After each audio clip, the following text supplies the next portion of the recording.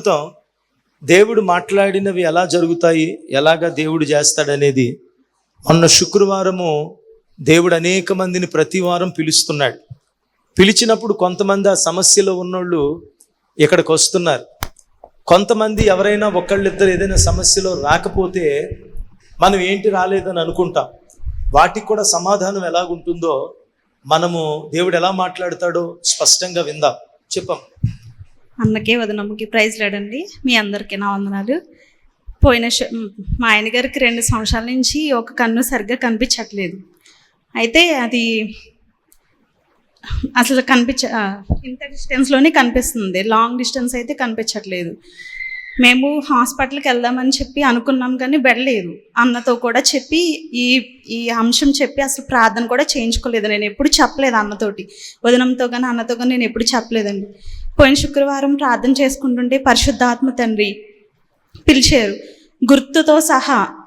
నువ్వు ఇన్ని సంవత్సరాల నుంచి బాధపడుతున్నావు, అయితే హాస్పిటల్ కూడా ఒక్కసారి కూడా వెళ్ళలేదు తమ్ముడు, నేను నిన్ను స్వస్థపరచాలనుకుంటున్నాను, నువ్వు ముందుకు రానప్పుడు ఆయన భయపడి రాలేదండి. లోపం ఉన్నట్టుండి నీ కను దృష్టిలో మంద దృష్టి కలిగింది, నీకు కనబడడం లేదు. అది ఎందుకో తెలియదు. ఇంకో మాట చెప్పనా, నువ్వు ఇంకా హాస్పిటల్కి కూడా వెళ్ళలేదు, అదేంటో కూడా పరీక్ష చేయించుకోలేదు.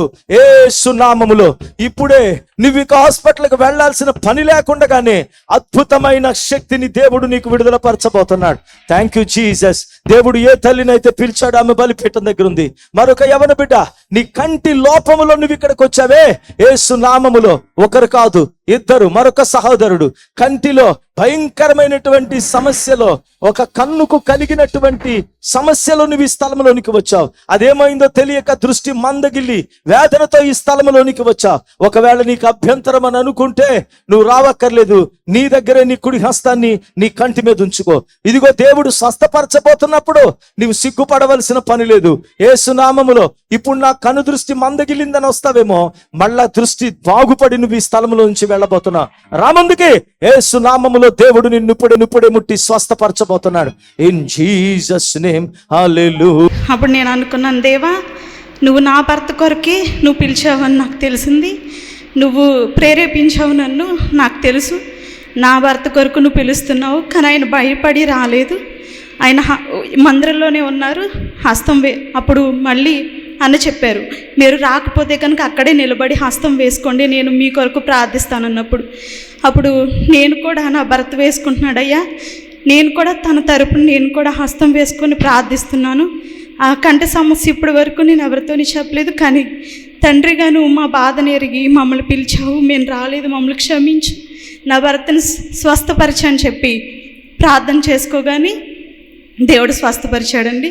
అయితే నెక్స్ట్ డే శనివారం హాస్పిటల్ తీసుకెళ్ళాను. నేను నిడదవోలు కంటి హాస్పిటల్ తీసుకువెళ్ళిన తర్వాత డాక్టర్లు చెక్ చేశారు. చెక్ చేసి ఇది చిన్నప్పటి నుంచి ఉంది నాన్న, నీకు అసలు తెలియలేదా అని అడిగారు.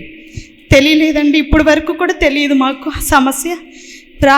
మేము ప్రే చేసుకున్నాం, మాకు చెప్పలేదు డాక్టర్తో, చిన్నప్పటి నుంచి ఉంది, కానీ పూర్తిగా కన్ను కనిపించకుండా ఉండాలి.